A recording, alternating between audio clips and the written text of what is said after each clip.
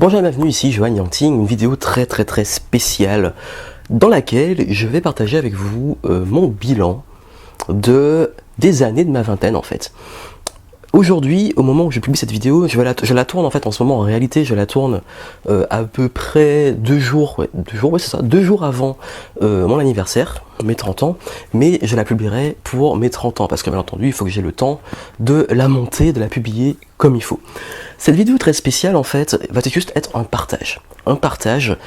J'ai beaucoup hésité, je me suis dit qu'est-ce que je pourrais faire comme vidéo pour mes 30 ans, parce que 30 ans c'est quand même un petit palier, mais je dis pas que c'est non plus quelque chose d'extraordinaire, hein, c'est juste un âge parmi d'autres, mais je pense que c'est un peu symbolique, surtout que depuis très jeune, je me suis toujours dit, voilà, la vingtaine, c'est un peu, comme on dit souvent, les belles années, mais aussi on est encore un jeune homme, et qu'à 30 ans, on devient vraiment un homme. Bon, je suis pas fan de classer par âge, des trucs comme ça, mais quelque part il y a un peu cette image là, et j'ai voulu partager avec vous voilà, sur ce format de vidéo que vous pouvez aussi écouter, parce que je me suis dit, comme ça va être long, vous pourrez aussi également l'écouter en podcast. Donc vous avez des liens en dessous si vous voulez l'écouter sur SoundCloud ou iTunes.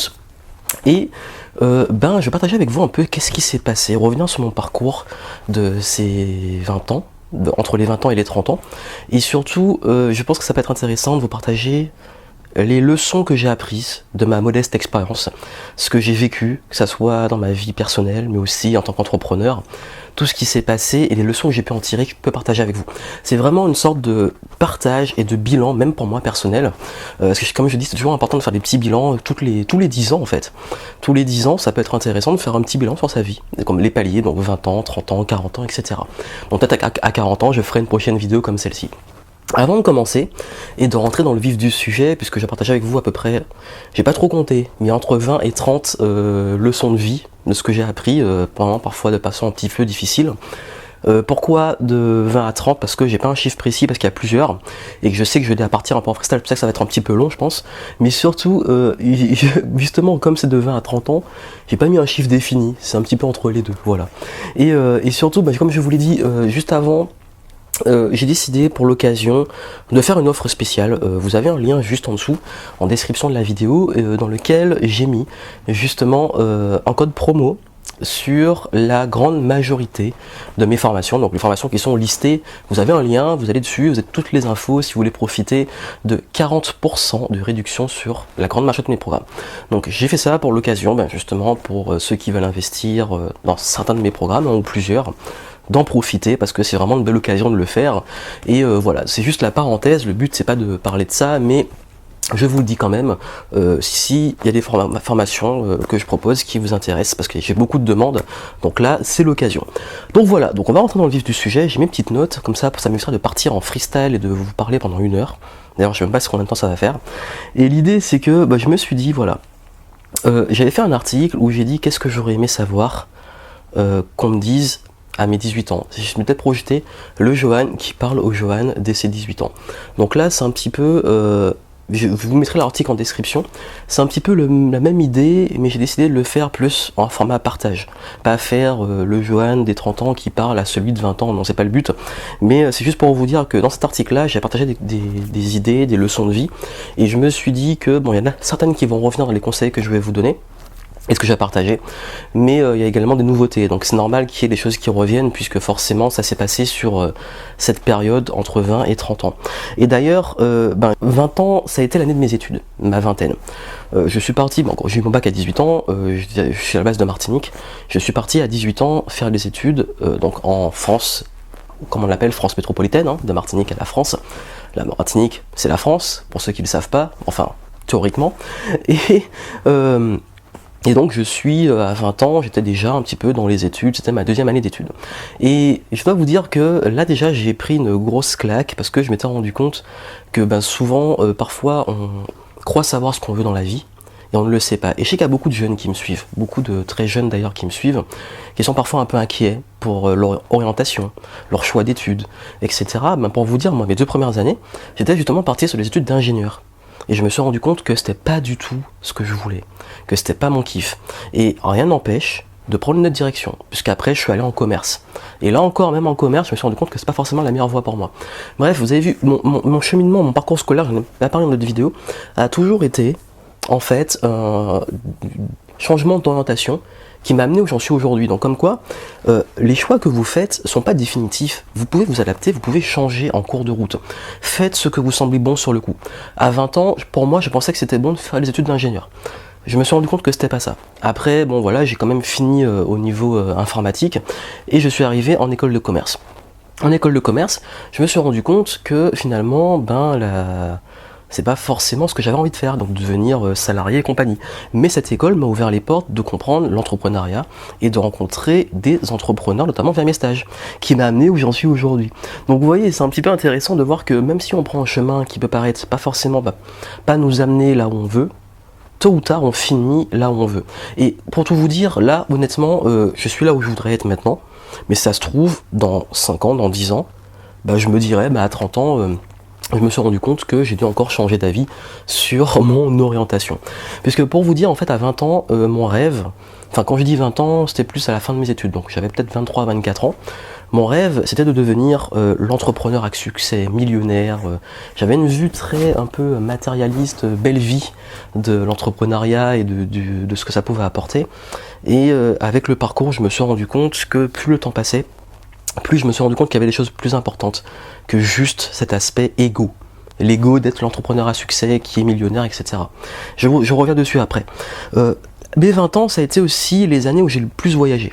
J'ai voyagé donc, que ça soit au Canada pendant mes études, j'ai fait des études à Vancouver, à Montréal, j'ai également voyagé à Berkeley en Californie, j'en avais parlé dans ma playlist, si vous allez sur ma chaîne, il y a des vidéos qui étaient en octobre-novembre 2016 où je partageais justement mon voyage. Je vous emmenais avec moi en road trip et j'étais revenu justement à Berkeley parce que j'ai étudié, j'ai fait une partie de mes études là-bas, un semestre là-bas, et j'ai donc connu la Californie comme ça. J'ai également voyagé à New York qui a été un voyage de gros déclic. D'ailleurs j'ai commencé mes vidéos à New York. Mes premières vidéos étaient à New York. J'ai commencé les vidéos juste avant de partir, mais c'est là que ça a un petit peu explosé. C'était en 2012. Et aussi mon premier voyage en Thaïlande, l'année qui a suivi, qui a été une magnifique expérience. Donc vraiment, l'année de mes 20 ans, c'est là où j'ai le plus voyagé. C'est vraiment là où j'ai découvert quelque part le monde. Il me reste encore beaucoup de pays à visiter. J'ai envie de visiter notamment le Pacifique, les îles du Pacifique, l'Océanie, Australie, Nouvelle-Zélande. J'ai également envie de découvrir l'Amérique du Sud. C'est pas des destinations qui m'attiraient énormément, mais qui commencent de plus en plus maintenant, je commence à me dire, ouais, ça, j'ai envie de découvrir. Et surtout, le plus important pour mes 20 ans, ça a été le choix d'entreprendre. À peine mon diplôme en poche, j'ai eu mon diplôme en juillet. En août, j'étais patron. J'étais patron entre guillemets, j'étais tout seul, mais j'avais mon entreprise. C'est-à-dire que je me suis lancé, un mois après avoir eu mon diplôme. Et je me suis pas lancé directement. J'ai commencé à travailler sur mes projets d'entrepreneuriat 2 ans avant à ma deuxième année d'études, donc sur la fin. Quand je dis deuxième année d'études, c'est deuxième année sur le dernier cycle. Donc j'étais en Master 1. M1. Donc ça veut dire que j'ai fait d'abord un DUT, donc Bac plus 2, après ce qui arrive Bac plus 3, l'entrée en école de commerce, Bac plus 4, M1, Bac plus 5, M2. Pour le système français. Et donc, dès le master, en gros, j'ai commencé à travailler, à créer du contenu, à ouvrir un blog, etc. L'histoire que vous connaissez. D'ailleurs, si ça vous intéresse, allez voir mon livre Changer, où je raconte mon histoire quelque part. C'est le début de mon histoire en tout cas. Le livre qui est toujours disponible sur Amazon si vous voulez en savoir plus. Je vais pas revenir sur ça, parce que là, le but c'est de parler un peu ce qui s'est passé après. Mais ça pour vous rappeler le contexte. C'est que je me suis lancé, j'ai fait le grand plongeon, à peine sorti de l'école. Et forcément, on vous dit, tu es fou, tu as fait 5 ans d'études, tu t'es endetté parce que j'ai dû faire un prêt de presque 30 000 € pour payer mes études en école de commerce. Et je suis à peine sorti de l'école, que j'ai une dette de moins 30 000 et que je me dis que je vais lancer un site et essayer d'en vivre. Je vous dis pas la catastrophe, ce que ça pouvait représenter, mais j'y croyais. J'ai vraiment le gros souvenir de ce moment, de ces moments d'ailleurs, c'était pendant l'été qui a suivi, justement, le moment où j'ai créé ma boîte. J'étais dans le métro, parce que j'étais à Paris. À la fin de mes études, j'avais plus de logement parce que j'ai fait mes études à Bordeaux, plus de logement à Bordeaux, et ensuite j'étais allé sur Paris et je vivais chez mon meilleur ami. Et ce qui s'est passé, c'est que tous les jours je prenais le métro, et je voyais les gens, leur tête, leur désarroi d'aller au travail et tout, et j'ai dit qu'il est hors de question que je finisse comme ça. Il est hors de question, j'ai pas envie de vivre comme ça. Et ça a été le gros déclic, cette période-là a été un gros déclic, et c'est là que j'ai travaillé pendant tout l'été, tous les mois qu'on suivi, j'ai travaillé de façon acharnée, avec le seul et unique rêve que j'allais pouvoir être indépendant. Et j'avais déjà une vision assez claire et précise. Voyager, être dans les hôtels, travailler depuis mon ordinateur, ce que j'ai réalisé maintenant. Mais à cette époque-là, c'était vraiment un rêve, mais j'avais la dalle, j'avais aucune alternative. En fait, j'étais même pas motivé, même plus par le fait d'avoir de l'argent ou de devenir millionnaire comme je l'avais au départ. J'étais motivé par le lifestyle, par la liberté. Par contre, je me suis rendu compte très vite que la liberté a un prix. Et oui, la liberté a un prix. Le prix de la responsabilité. Le plus gros prix de la liberté, il y en a plusieurs, mais c'est le prix de la responsabilité. Vous êtes responsable. Il n'y a personne, il n'y a pas de chômage, il n'y a pas d'assistance. En plus, à l'époque, j'avais pas du tout l'âge pour avoir des aides. Bref, on n'est pas là pour vous sauver. J'avais eu l'acre quand on crée sa boîte, donc il crée quelques avantages, mais où vous faites plumer une fois que c'est fini au bout de 2 ans, au bout de 2 ou 3 ans, je sais plus. Donc on prend encore plus cher parce qu'on s'habitue à un certain confort et d'un coup, bam, on perd ses privilèges, un peu comme on perd ses privilèges d'étudiant. Mais tout ça pour vous dire, il y a cette traversée du désert par laquelle on passe tous. Cette traversée du désert, elle est décisive. Vous savez, tout projet commence par l'excitation, l'envie, le rêve. Et juste après ça, il y a une phase où on doit amorcer les choses. La traversée du désert. C'est un peu l'image de quand vous faites décoller une fusée, quand une fusée décolle, le moment qui demande le plus d'énergie, le moment qui est le plus important, c'est le moment où elle quitte l'atmosphère. Tous les accidents des fusées qui ont décollé se font à ce moment-là, puisque justement c'est le moment décisif. Et ce moment-là, pour vous extirper de la gravité, pour sortir un peu de toutes les chaînes mentales, la société et tout, et devenir entrepreneur, parce que c'est vraiment un chemin très différent, ça demande énormément d'énergie et de persévérance. C'est vraiment la traversée du désert que vous allez... Dans tout projet, il y a toujours une phase excitation, traversée du désert, et après, les premiers résultats, et ça s'enchaîne. Cette traversée du désert, faut jamais lâcher. Je peux vous dire que j'ai eu envie d'abandonner parce que j'ai fait j'ai travaillé en tant qu'animateur pour Nintendo, j'ai fait des petits contrats, je créais des sites. Créer des sites, c'est un métier hyper ingrat parce que le client il veut tout le temps changer un truc, il est jamais content, bref. J'étais à la fois consultant, freelance et également je faisais quand j'avais l'occasion des petits contrats de travail, des CDD. J'ai jamais signé un CDI de ma vie, quand je le dis ça étonne. Parce que justement, j'en discutais il y a pas longtemps avec un comptable pour lui dire que moi les fiches de paie en classique quand on est dans une boîte ça me parlait pas trop en tant que président salarié de ma boîte ok mais que non, le monde du salariat m'était inconnu, donc ça étonne beaucoup quand je dis ça. Et cette traversée du désert, ça a été un moment décisif, et quoi qu'il arrive, mon premier conseil que je pourrais vous donner, c'est d'écouter votre cœur et votre instinct. Vous savez forcément combien de fois on m'a découragé, combien de fois on m'a dit de rester ou de trouver un vrai travail, combien de fois, jusqu'à aujourd'hui, il y a des membres de ma famille qui ne comprennent pas ce que je fais et qui me demandent toujours, je vais avoir 30 ans, est-ce que tu as trouvé un travail? À 30 ans, tu n'as toujours pas trouvé de travail. Ils n'ont pas compris que j'ai mon entreprise qui est en pleine croissance et que j'ai d'autres aspirations. Puisque d'ailleurs, je vous l'annonce là, juste avant de faire cette vidéo, j'étais en train de signer justement les démarches pour ma création de ma nouvelle société. Donc à 30 ans, théoriquement, là, officieusement, j'ai 2 entreprises. Officiellement, c'est pas encore créé la nouvelle, mais ça arrive dans les prochaines semaines. D'ailleurs, petite surprise, vous aurez... je suis en train de filmer les coulisses de la création d'entreprise. Bon, le format est un peu bizarre parce que je filme vraiment à l'arrache. C'est pas évident de filmer parce que les rendez-vous, je peux pas les filmer et tout. Mais je voulais vous montrer les coulisses et l'intérieur d'une création d'entreprise. Donc ça arrivera d'ici, je sais pas, les prochaines semaines, prochains mois, quand les démarches seront terminées. Puisqu'entre temps, j'irai en Martinique dans pas longtemps. Donc voilà, tout se goupille, on verra bien. Et par rapport à ça, combien de fois, comme je vous l'ai dit, peut vous détourner de votre chemin, mais si pour vous c'est important, si vraiment vous sentez que c'est là que vous voulez aller, que vous êtes heureux, continuez, ne vous découragez pas. Et je sais que c'est difficile. Je sais que c'est très difficile puisque tout l'environnement est fait quand même pour vous tirer vers, on va dire, le conformisme, faire comme ci, comme ça. C'est très difficile de prendre un chemin différent, mais ça vaut le coup. Ça vaut le coup si c'est là qu'on est heureux. Parce qu'il ne faut pas non plus, comme je dis de entreprendre parce que moi c'est le chemin qui me plaît. Mais jamais, et j'aime pas cracher sur le salariat, s'il y a des gens qui sont heureux en tant que salariés, tant mieux pour eux. Au contraire, moi je dis, du moment que tu es heureux, tu aimes ton travail, tant mieux. En revanche, c'est sûr que si on n'aime pas son travail, il y en a aussi qui créent leur boîte et qui deviennent prisonniers, plus que jamais, il faut quand même avoir le courage de se dire stop. Parce qu'on a toujours un petit confort, vous savez, un petit confort minimum. T'es salarié, t'as ton petit salaire qui tombe, t'es pas heureux, mais t'as une sécurité. Et tu te dis que si tu veux devenir libre, c'est un prix. Et le prix, c'est de ne plus être en sécurité. Et surtout quand on est entrepreneur, la sécurité, elle n'existe pas. Je sais qu'on voudrait, entrepreneur, on paye des charges, on paye des cotisations, on se fait plumer, j'ai eu des problèmes avec le RSI. C'est d'ailleurs pour ça que je ferai une nouvelle boîte pour ne plus être au RSI. Bref, tout ça pour vous dire qu'à un moment, il faut peut-être se plaindre, se bouger le cul, accepter les règles, et quand on veut quelque chose, on se donne les moyens. Ça peut paraître difficile ce que je dis, mais combien de fois il y a des gens qui disent « Oh mais oui, mais entrepreneur, les charges, les cotisations... » Quand tu crées ta boîte, tu sais à quoi t'attendre. Oui, il y a des surprises, il y a des erreurs administratives, on le vit tous, je l'ai vécu, c'est horrible. Mais à un moment, il faut accepter ses responsabilités, même si ça vient pas de notre faute, se dire, bon, ça fait partie des risques, et maintenant, qu'est-ce que je fais pour résoudre le problème?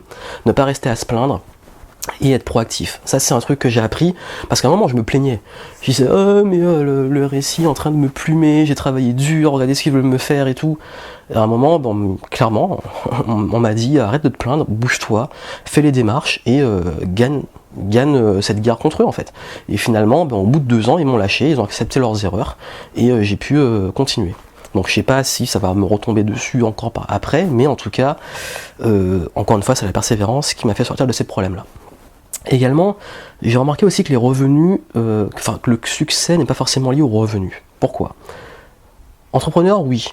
Votre succès en affaires, je précise bien en affaires, va être forcément, les revenus vont être un indicateur.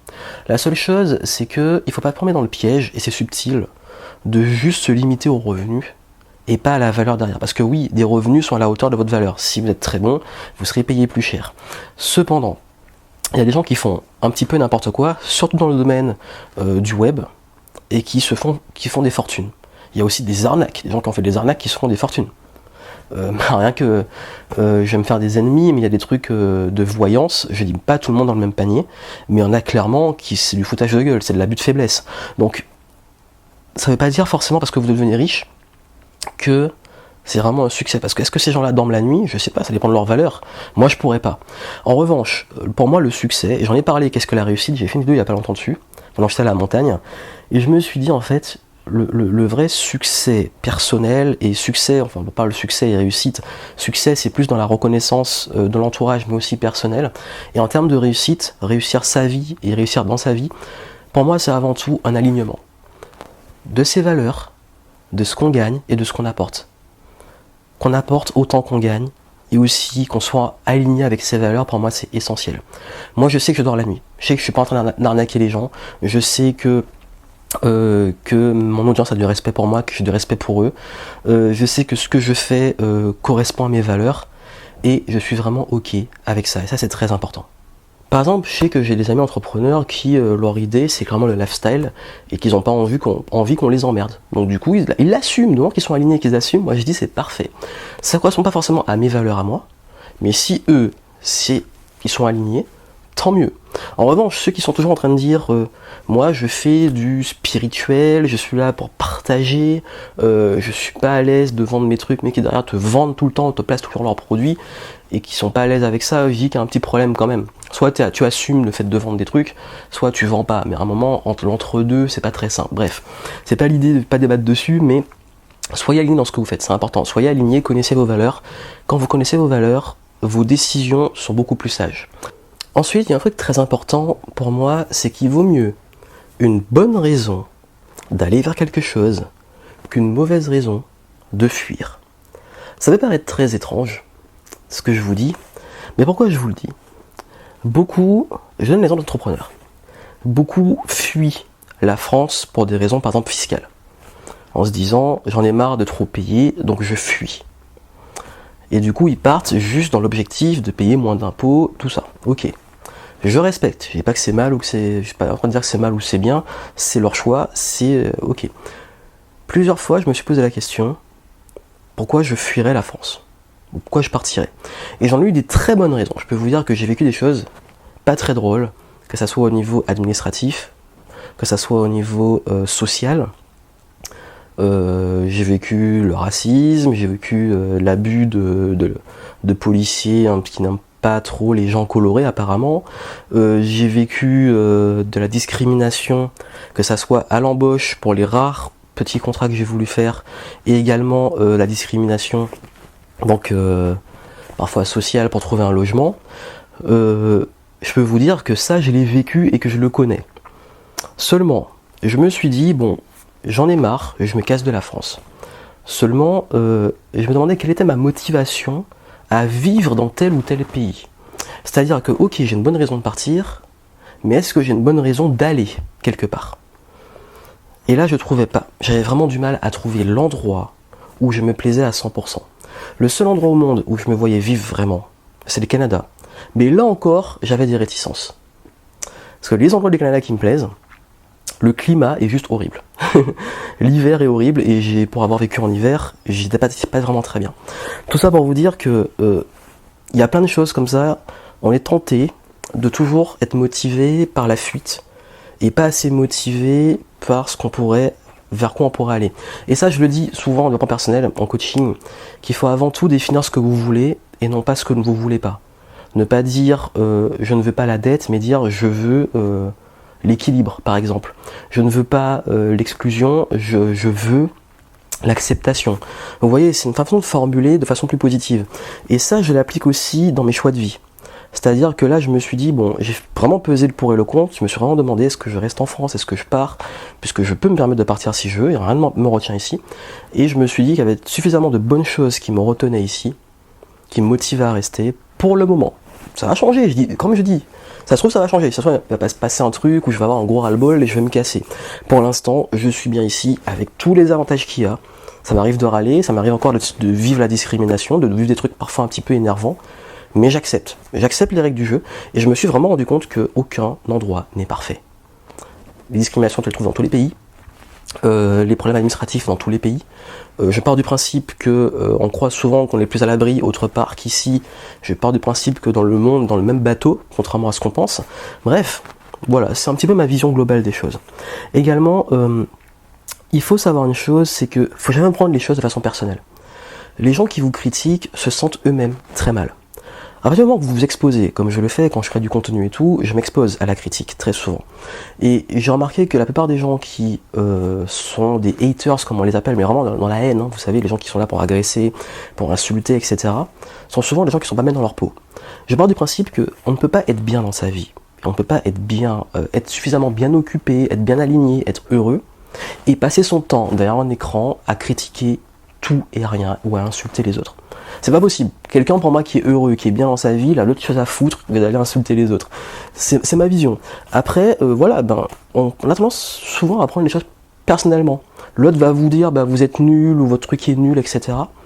Mais ça ne concerne que sa perception, ses problèmes, ses filtres, là où il en est. Ça vous concerne pas vous. Lisez les 4 accords Toltec. J'ai fait une chronique sur ma chaîne, une vidéo, les 4 accords Toltec, où je résume un peu le livre et les concepts, mais lisez ce livre, il est très facile à lire, très rapide à lire, et il vous explique ce concept, parmi d'autres, du fait de ne rien prendre personnellement. Et ça a vraiment changé ma vie, de me dire que dès fois que quelqu'un m'insulte ou fait un truc comme ça, c'est son problème, ça ne me concerne pas. Ça ne veut pas dire d'être fermé à la critique. Quand une critique est constructive et tout, c'est autre chose. Là, je parle vraiment de l'agression et de quelqu'un qui est là pour vous rabaisser, purement et simplement. Également, on ne peut pas aider tout le monde. Dans mes 20 ans, j'ai toujours eu cette utopie que le monde allait être meilleur, que j'allais rendre le monde meilleur, que j'allais changer les choses. Je me suis pris beaucoup de claques. C'est vrai que voilà, il faut comprendre que certains ne sont pas prêts à comprendre des choses, à ne pas voir les choses sous un autre angle. Ils sont tellement enfermés, vous savez un peu l'image des œillères, dans leur truc, dans leur perception, que vous pouvez dire tout ce que vous voulez, ils vont quand même continuer dans leur sens. Et c'est un petit peu l'expression que j'aime beaucoup qui dit que les opinions c'est comme des clous, plus on tape dessus, plus ils s'enfoncent, c'est exactement ça. Plus vous allez essayer d'argumenter, plus ils vont contre-argumenter, et c'est pas productif. C'est lié beaucoup au biais cognitif, c'est humain. Intéressez-vous au biais cognitif. Si vous voulez, je ferai des vidéos par la suite dessus, notamment le biais de confirmation, qui fait que peu importe l'information, les gens vont l'utiliser pour confirmer ce qu'ils pensent. On voit beaucoup ça avec ce qui se passe dans l'actualité. Par exemple, si quelqu'un, il est persuadé absolument que tous les musulmans sont des terroristes potentiels. Dès qu'il va avoir un événement, justement un attentat, et que comme par hasard, la personne qui a commis l'attentat et revendiqué de l'État islamique par exemple, le gars qu'est-ce qu'il va se dire? Il va se dire, je vous l'avais dit, tous les musulmans sont des terroristes. Et là, ils vont vous sortir, ouais, pas d'amalgame, regardez, encore. Et ça va confirmer leur opinion. Et c'est toujours comme ça, on a tendance à confirmer les choses. J'ai peur des accidents d'avion, et j'ai peur, je me dis que l'avion, c'est pas sécurisé qu'on le dit. Il va y avoir un crash, je vais dire, je vous l'avais dit, regardez, l'avion, c'est pas sécurisé. Vous savez, c'est pas forcément rationnel.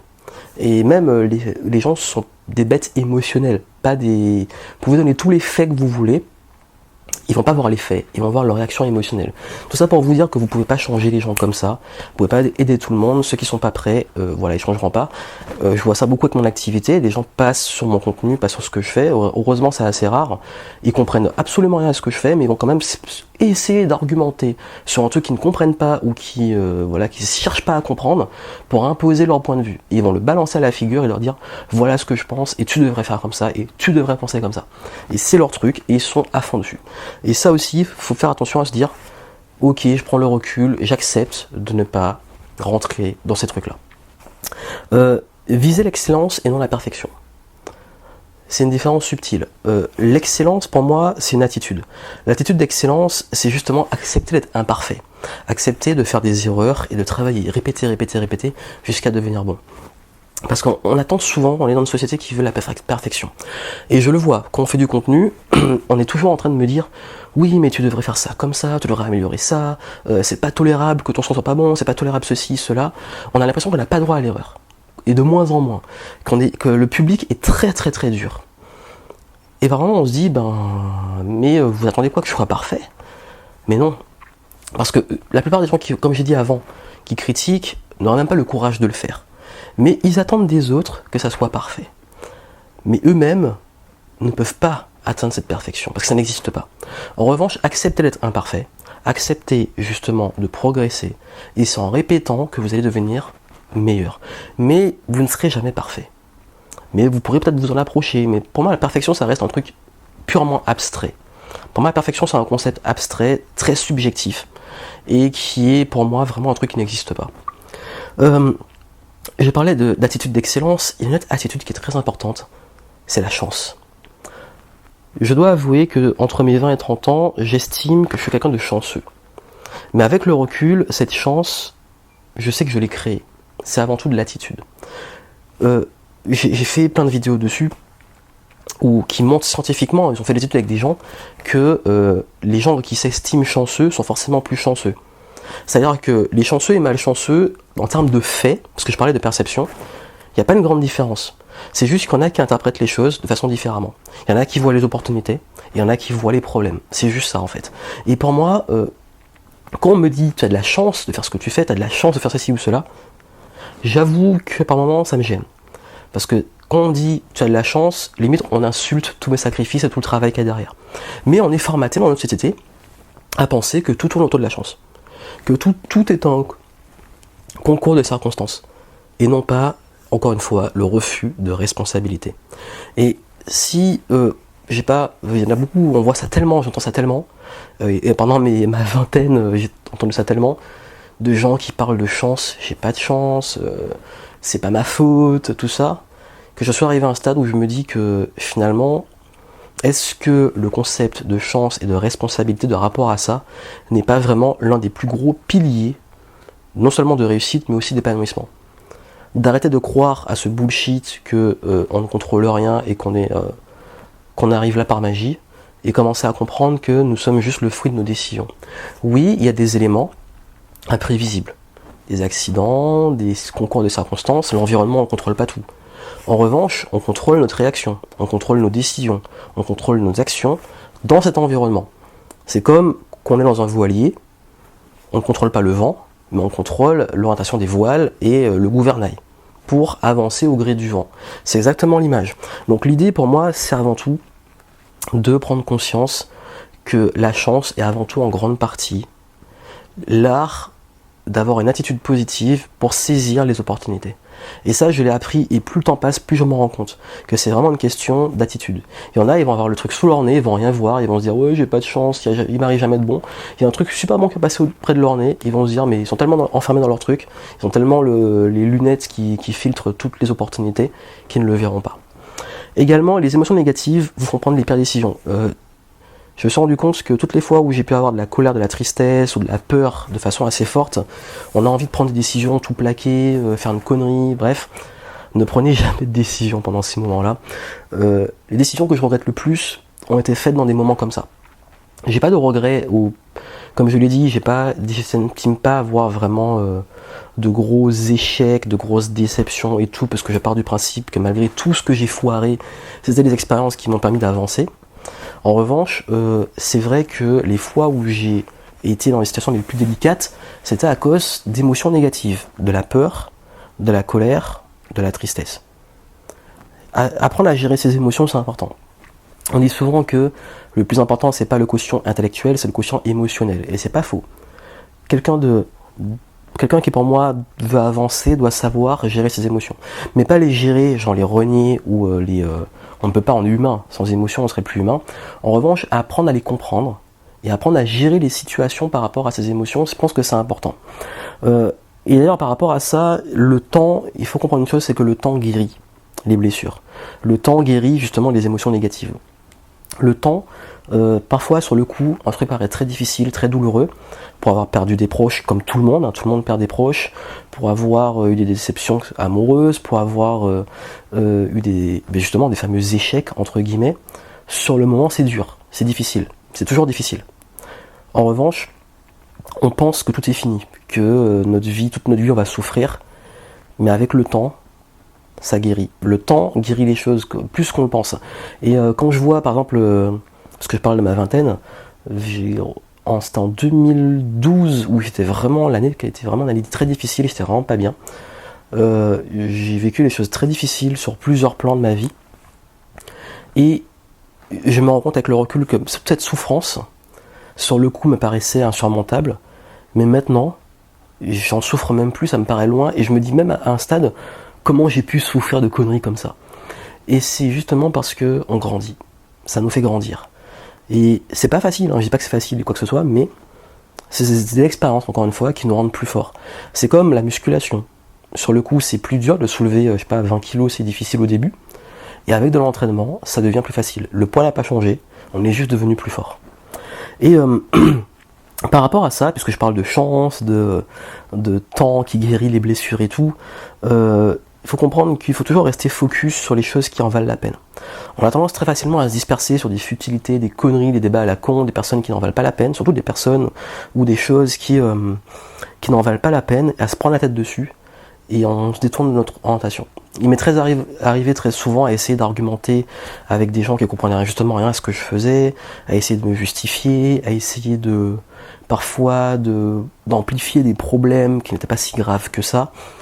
Et c'est avec le recul, justement avec le temps, qu'on se rend compte très souvent que ça en valait pas la peine. Votre énergie et votre temps sont extrêmement précieux, plus que l'argent. Il y a des moments où j'ai dû faire le choix de sacrifier de l'argent pour qu'on me foute la paix et que j'ai du temps.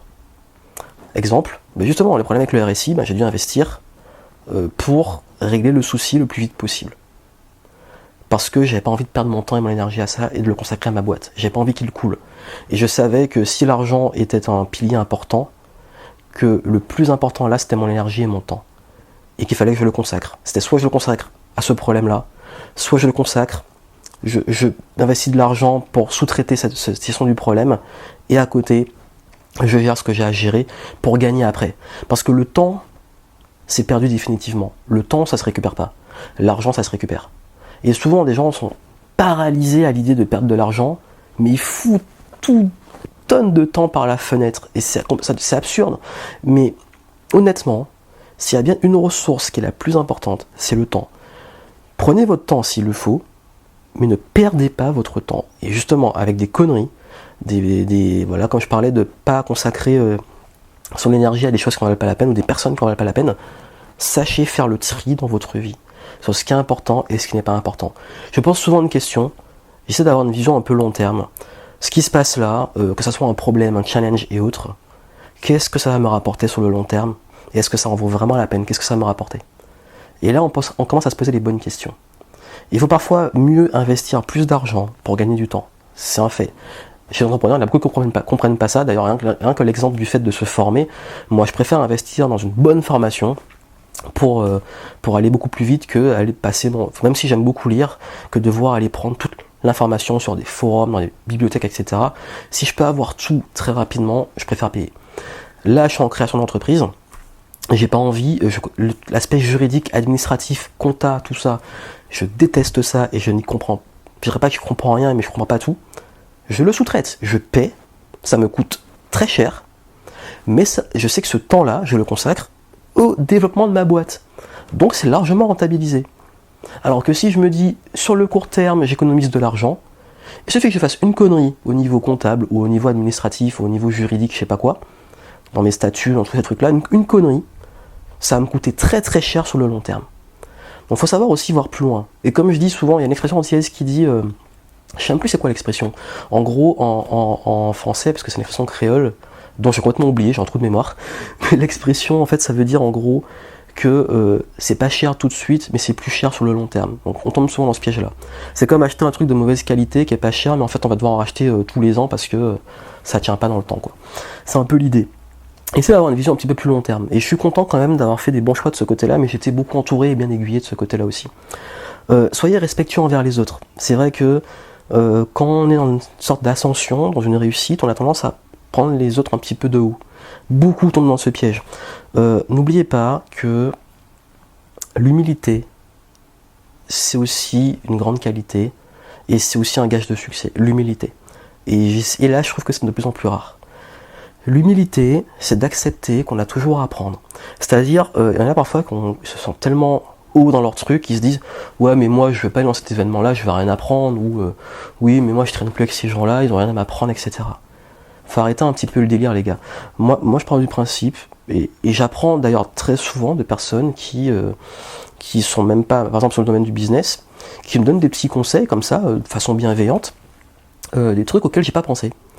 Et ça c'est intéressant, justement d'avoir une perspective de gens qui sont pas forcément plus haut ou dans le même truc que nous, mais qui ont suffisamment de recul, une expérience autre, qui apporte un regard extérieur. J'en avais parlé dans une autre vidéo, en fait tout ça je vous dis c'est des trucs que je reprends parce que forcément je partage mon expérience, mais j'ai voulu un peu synthétiser dans ce format-là. Mais vraiment c'est important de toujours rester humble, mais humble dans son apprentissage, d'accepter qu'on n'est jamais au top, et qu'on est toujours en train d'apprendre, et que les autres sont aussi en train d'apprendre. Donc arrêtez de le croire parce que j'en sais plus, forcément je suis au-dessus d'eux. Non, ça se trouve, ils en savent aussi, d'autres choses. Donc qu'est-ce que je peux apprendre des autres? Et c'est comme ça qu'on progresse en fait. C'est vraiment grâce à l'humilité, et vraiment, moi, j'ai aucune honte à investir parfois en conseil chez des personnes qui sont plus jeunes que moi, qui ont moins de 25 ans, mais qui en marketing savent des trucs que je ne savent pas, parce qu'ils ont bien approfondi le sujet, ils ont l'expérience que j'ai pas eue, et parfois investir chez des personnes qui ont le double de mon âge, qui ont encore aussi à m'apprendre de leur expérience, comme certains clients qui ont le double de mon âge, qui me font confiance parce qu'ils savent que il y a des trucs à leur apprendre, et des clients qui sont plus jeunes que moi, voilà. Bref, pour moi, l'âge ne fait pas l'expérience. C'est vraiment ce qu'on fait de ce temps-là, en fait. Je parlais du temps jusqu'avant, vous avez vu la connexion, que, en fait, pourtant, c'est pas le temps qui s'est écroulé, c'est ce qu'on a fait de ce temps-là. Et l'expérience, pour moi, ça se gagne. C'est pas... T'as 50 ans, il y en a, ils disent, parce que j'ai 50 ans, je sais tout, et que le petit jeune n'a rien à m'apprendre. Que dalle, attends. Si en 50 ans, t'as passé ton temps à faire la même chose tous les jours, et à même pas, par exemple, 50 ans, t'es resté chez toi, t'as jamais bougé, je sais pas, de la France, qu'est-ce que tu vas donner une leçon à quelqu'un qui a 20 ans à peut-être visiter, je sais pas, 10 pays? Je suis sûr qu'il en sait plus que toi de ces pays-là que toi qui es resté en France. Donc à un moment, il faut arrêter de compter l'expérience en termes d'années, mais de la compter en termes de vraie expérience, de concret. Après oui, si on mixe les deux, là c'est le top. L'expérience sur les années, en plus des années bien pleines, là ça fait un beau bagage. Bref, vous avez compris l'idée. Et comme je l'ai dit, le temps, c'est la valeur la plus importante. Également, on arrive vers la fin, j'ai remarqué que l'impatience, puisque je parlais du temps, finalement c'est pas un si gros défaut que ça. Je suis quelqu'un de très impatient, et j'aime pas perdre mon temps, comme je l'ai dit. J'aime que tout se fasse vite. Et dans ma vingtaine, ça a été l'un de mes plus gros défauts, mais aussi une de mes plus grandes qualités, de vouloir les résultats très vite. Donc certes, parfois c'est frustrant, on se dit wow, je veux que ça se fasse vite, ça se fasse bien tout ça, que ça aille très vite. Mais d'un autre côté, ça m'a permis d'aller très vite sur des éléments, mon entreprise, ma croissance, etc., de prendre des décisions aussi assez rapidement, qui font que l'exécution a eu un impact positif. Parce qu'il faut savoir une chose, surtout quand on est entrepreneur, l'exécution c'est ce qui fait la différence. Le timing.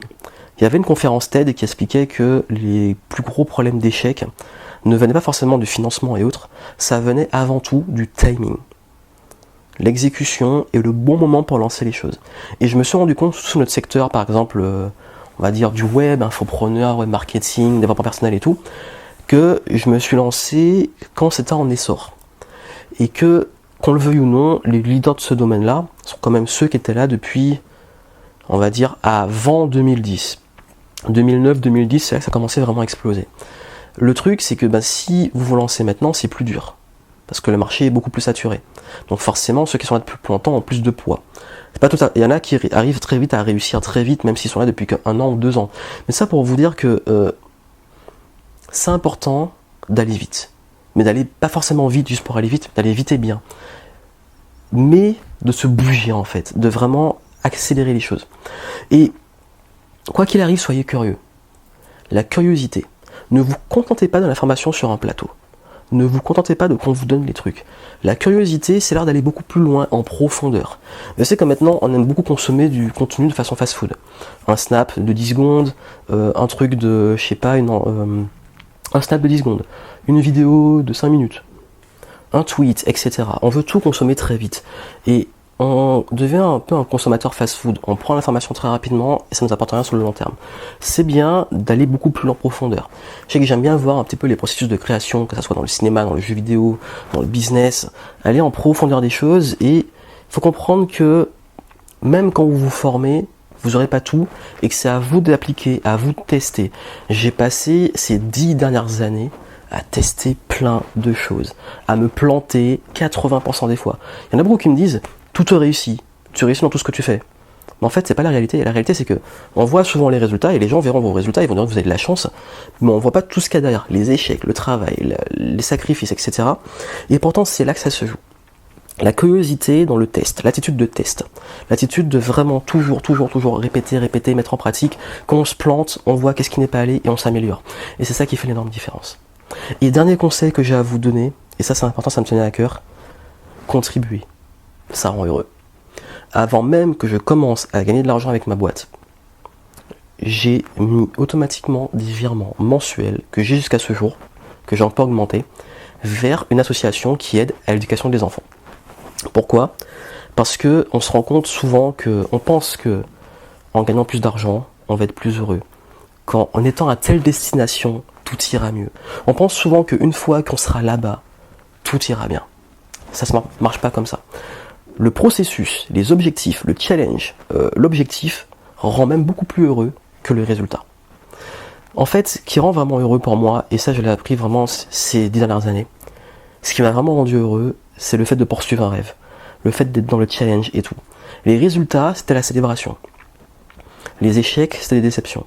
Mais là où j'étais vraiment bien, c'est dans l'action. C'est-à-dire qu'il m'arrivait parfois de faire des projets, des vidéos, des contenus, des choses que je crée, de la création en fait, j'étais vraiment en mode création, où j'étais dans le flow, j'étais à fond, j'étais épanoui, heureux, la fameuse excitation avant la traversée du désert. Et très souvent, je dois avoir au moins 80% de mes projets que j'ai lancés qui se sont plantés, donc plus des 3/4. Et pourtant, j'ai aucun regret. Parce que j'étais heureux de les faire. Et malgré le résultat, c'est pas ce que je retiens. Le meilleur exemple, c'est une fois j'étais allé faire un gros tournage, j'ai fait une grosse vidéo avec un gros montage et tout, et elle n'a fait que au début aux 200 vues. Et je m'en foutais tellement j'ai kiffé le tournage et tout. Vous avez vu en fait, on croit souvent qu'on sera plus heureux, qu'on aura plus d'argent, qu'on aura un statut, qu'on aura une liberté et tout. Qu'est-ce qui arrive vraiment ? C'est plus de responsabilité, c'est plus de challenge, plus de nouvelles problématiques, parfois la peur de perdre, quand on acquiert des nouvelles choses par sacrifice, on se dit mince, maintenant que j'ai ça, j'ai pas envie de retourner là où j'étais. Tout ce process fait qu'on n'est pas forcément plus heureux là où on sera. Et le vrai bonheur, c'est dans la contribution, dans ce que vous mettez en pratique, le fait de donner, d'accepter aussi qu'il faut parfois rendre et donner les choses aux autres, mais aussi dans le fait d'être épanoui dans son action. Parce que honnêtement, la plupart des gens qui réussissent, que je les vois autour de moi, et même dans la modeste réussite que je pense avoir eue, je me dirais que quoi qu'il arrive, le plus important pour moi, c'est pas forcément ce que j'ai gagné ou les résultats que j'ai eus. Ce qui compte pour moi, c'est tout le processus. D'avoir vraiment aimé le process, d'avoir pris plaisir et d'avoir appris. Ce qui fait que même si là, tout s'écroule, même si je perds beaucoup d'argent, que je me retrouve à la rue et tout, j'aurai appris tellement de choses que je pense avoir les capacités pour rebondir. Parce que je suis devenu quelqu'un capable de réussir. J'ai pas juste une réussite éclair ou une réussite que j'ai pas vraiment contrôlée, comme on peut voir par exemple à la télé-réalité, ou les trucs qui se font un petit peu par chance entre guillemets. J'ai vraiment construit quelque chose et j'ai vraiment eu suffisamment d'apprentissage, d'expérience que quoi qu'il arrive, je sais que là où j'en suis, c'est le fruit d'un apprentissage constant que je vais continuer encore et encore. Ce qui va souvent se passer, c'est que vous allez faire de votre mieux, vous allez donner votre cœur, de votre temps, de votre énergie, de votre argent, de vos ressources pour des projets, mais que le résultat ne vous appartient pas. Parce que comme je l'ai dit, il y a un facteur provocation, responsabilité, il y a un facteur, des facteurs même que vous ne contrôlez pas. L'environnement, les faits, vous pouvez créer le meilleur produit du monde, faire la meilleure campagne marketing, vous ne contrôlez pas l'esprit de vos futurs clients pour savoir s'ils vont acheter ou pas. Vous provoquez les choses, mais ça ne vous appartient pas. Le fait que, par exemple, que les prospects deviennent des clients, qu'ils achètent chez vous. En revanche, vous pouvez provoquer les choses. Et c'est l'idée, c'est ça que je voulais finir, c'est que soyez heureux dans l'action. Soyez heureux dans ce que vous faites, dans ce que vous entreprenez. Soyez heureux dans le moment présent pour créer justement ce processus d'évolution. Parce que si je pouvais dire, si je devais donner un mot pour ces 10 ans que j'ai passés, c'est évolution. Je dirais même pas révolution, c'est évolution. Je sais que j'ai fait révolution positive, mais là c'est évolution positive. Avec tout ce qui s'est passé, j'ai de la gratitude aujourd'hui d'avoir vécu tout ça. Et j'ai hâte de continuer avec vous. Donc je vous dis un grand merci pour tous ceux qui me suivent depuis le début ou ceux qui sont arrivés entre temps, peu importe. Un grand merci à vous. Un grand merci de partager ce chemin ensemble. Et puis moi je vous retrouve pour continuer sur cette nouvelle décennie en espérant être là encore un bon moment et que vous soyez là aussi à suivre. Et puis comme je vous l'ai dit, si vous voulez investir en vous et profiter de mon expérience, puisque c'est ce que je partage dans mes formations, vous avez en dessous une offre spéciale d'anniversaire. Et puis, j'espère que ce format qui était un peu long vous aura aidé à comprendre ma vision des choses, mon expérience, et vous en fera profiter aussi, parce que là, c'était vraiment du partage. Et comme je l'ai dit, mon but, c'est avant tout de contribuer, d'être heureux à contribuer et être heureux aussi dans l'accomplissement de mes projets, de ces résultats. Mais avec le recul, je me rends compte que finalement, si je ne suis pas forcément, je considère que l'argent ou les résultats, peu importe le format du résultat, ne rend pas heureux, c'est avant tout parce que on se sent utile. J'ai la sensation de faire ma part dans le partage, dans mon entreprise, dans la valeur que j'apporte, qu'elle sera gratuite ou payante, de faire ma part, d'apporter, de me sentir utile. Et mon plus grand cauchemar, ce serait d'être inutile, de ne rien faire, de me sentir inutile, et surtout d'être oublié. Parce que mon gros pourquoi, c'est vraiment d'écrire mon histoire et que tous mes écrits, mes livres, mes vidéos, mes contenus apportent quelque chose au monde, apportent quelque chose aux autres et que même quand je serai mort, ça continue. Pour moi, l'immortalité, c'est ça en fait. L'immortalité, c'est d'apporter de la valeur. Comme l'ont fait les grands altruistes de l'histoire qui ont laissé une marque, des idées, parce que les idées ne meurent jamais. Donc j'espère vous apporter un maximum de valeur, continuer à le faire, de faire de mon mieux en tout cas. Je ne maîtrise pas le résultat, mais je fais de mon mieux. Et puis moi, je vous dis à très bientôt.